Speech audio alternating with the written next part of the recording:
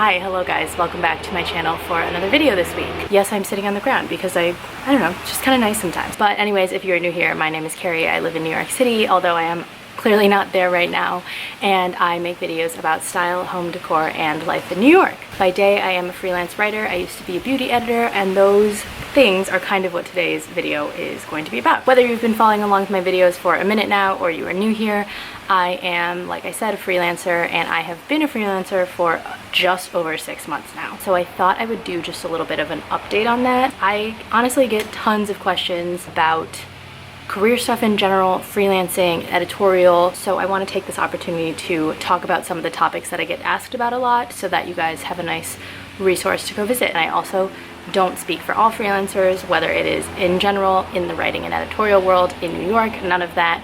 This is just my experience, some of my tips. Take it with a grain of salt. I am learning and figuring things out as we go too. Before we get into it though, this video today does have a sponsor, and that sponsor is Skillshare. I have worked with Skillshare a few times now, so this might be nothing new, but if you are not familiar with the platform, Skillshare is an online community where millions of people come to take the next steps in their creative journey. They have thousands of classes spanning everything from illustration to design to photography to freelancing, and I thought that was a perfect tie-in for today's video. Because, for example, this video on branding and building success in your freelance career by Justin Genak is exactly the kind of thing that someone who might want to go into freelancing should watch, and it's a lot more hands-on than reading something like an article online. Skillshare is equally perfect for people who are well into their careers or just getting started. They have classes for all different skill levels to fit whatever your schedule may be. And creativity is a form of self-care, so given everything that's going on with COVID-19 right now, this can be a great way to refocus your mind, learn a new skill, and do something that's hands-on, though there is obviously no shame in spending this time however you want to. But anyways, the first 1,000 of my subscribers to sign up using the link in my description box will get 2 free months of Skillshare Premium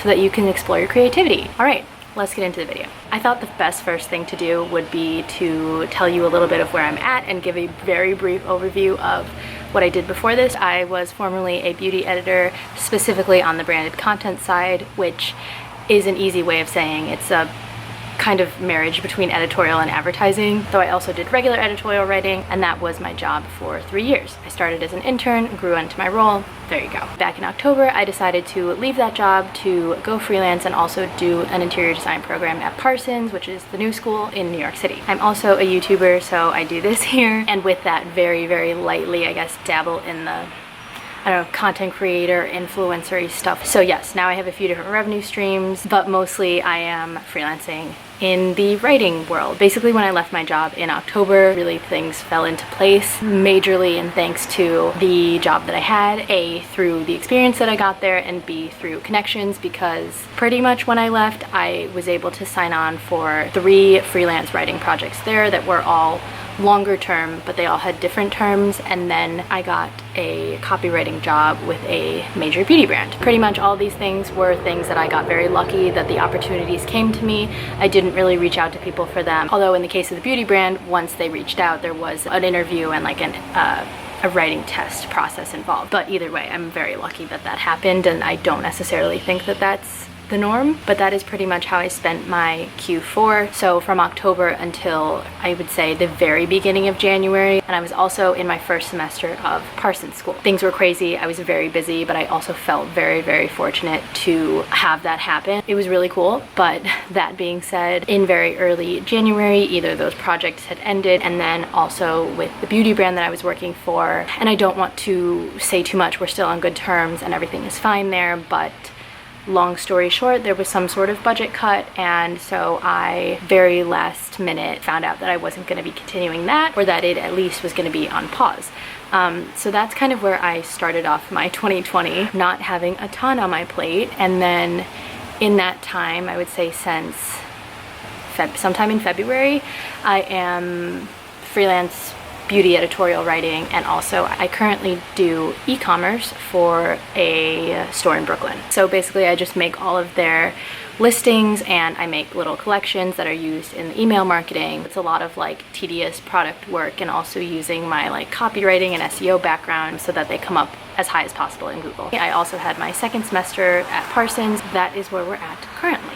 Okay, next section. What I have learned, what I'm still figuring out, things that have surprised me, just anything in that general category. So, I mean, I guess the first thing, which is one of the most major things, is how to find work, at least partially. And then, especially on the editorial side, like trying to figure out how to get a hold of certain people and that kind of thing and get people to accept your pitches. I have not used things like Upwork or Fiverr, I'm pretty sure it's called. I have used everything from LinkedIn to Indeed, but I don't know if I've ever sent out an app on that, to cold emailing and cold pitching, to reaching out to people that are in my network already, to recruiters, which is a big one that I'll talk about more, to applying on job sites. So it's been a little bit of everything. Number two, something that I have learned is how I feel about working brand side versus working editorially, which editorial is my background, which is articles, things like 5 best hair colors for fall, or is this skincare thing safe? And then brand side work is a little bit more copywriting, brand voice, to marketing copy, to product copy,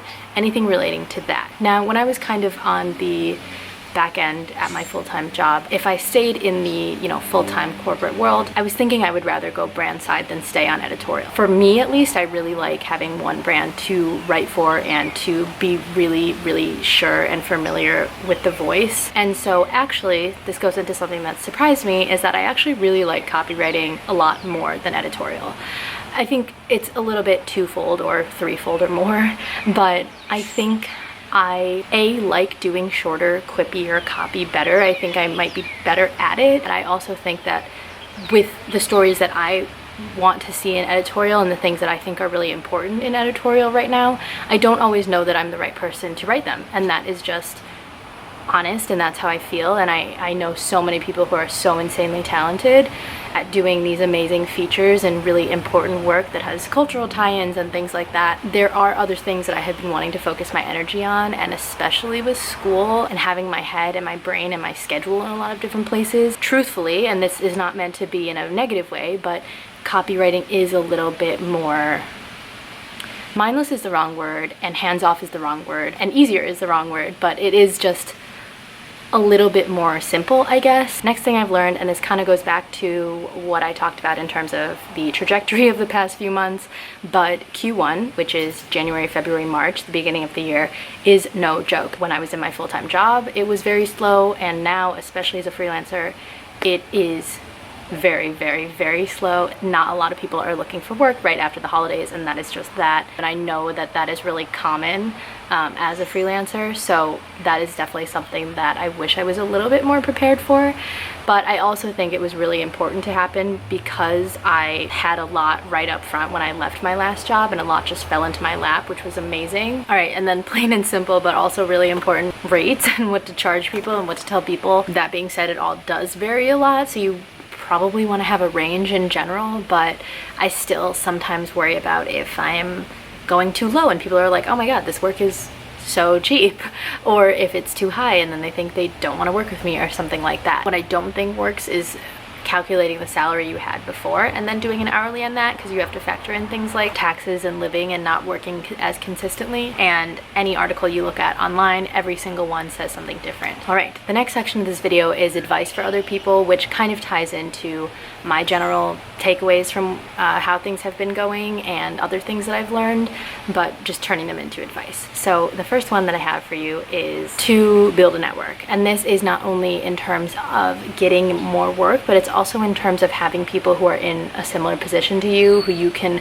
work with, lean on, talk things through with, who understand at least a little bit of what you're experiencing and how your schedule is structured. I'm really lucky to have a good network of friends in New York who are in very similar positions or have been freelancers or anything like that. And obviously it's important to have a good network of business contacts too, because you want more work, you want people to vouch for you. That's always really helpful. So both of those, networks, very important. Next thing, and this is something that I'm still working on, but this is the conclusion I have come to after freelancing so far, is that you gotta get yourself an accountant if it's something that you can afford, or just like at least put it at the top of your priority list unless you are very, very good with all that stuff and don't mind doing it yourself. There's just a lot of numbers and stuff floating around everywhere, and I just want to make sure that no steps are getting skipped and that I'm paying my taxes on time and aware of how much tax I need to pay. And that also goes into the fact that, one, with freelancing, the money that you get paid,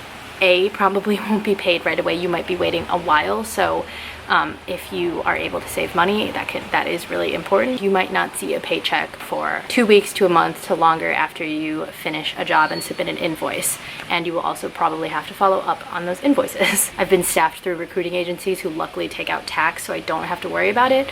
But in situations where the company will pay you the entire sum up front, you have to be mindful about the fact that money from that needs to come out for tax. I have all my stuff in this Airtable document, and then I have a column for how much money of that sum needs to get taken out and allocated to taxes for later. Another piece of advice, and this one is major, and this is something that I have used a lot so far in my freelance journey, especially since the beginning of 2020 when things were looking a little, I don't know, unclear, but recruiters are super helpful. I mean, I think if I was fully in editorial, recruiters would not be super helpful, but the fact that I do want brand side work and like it, a lot of brands in my case need copywriters just like they need graphic designers. So having recruiters has been so helpful and amazing for just like getting your face and your resume and your portfolio out there in front of these people because they're asking for it.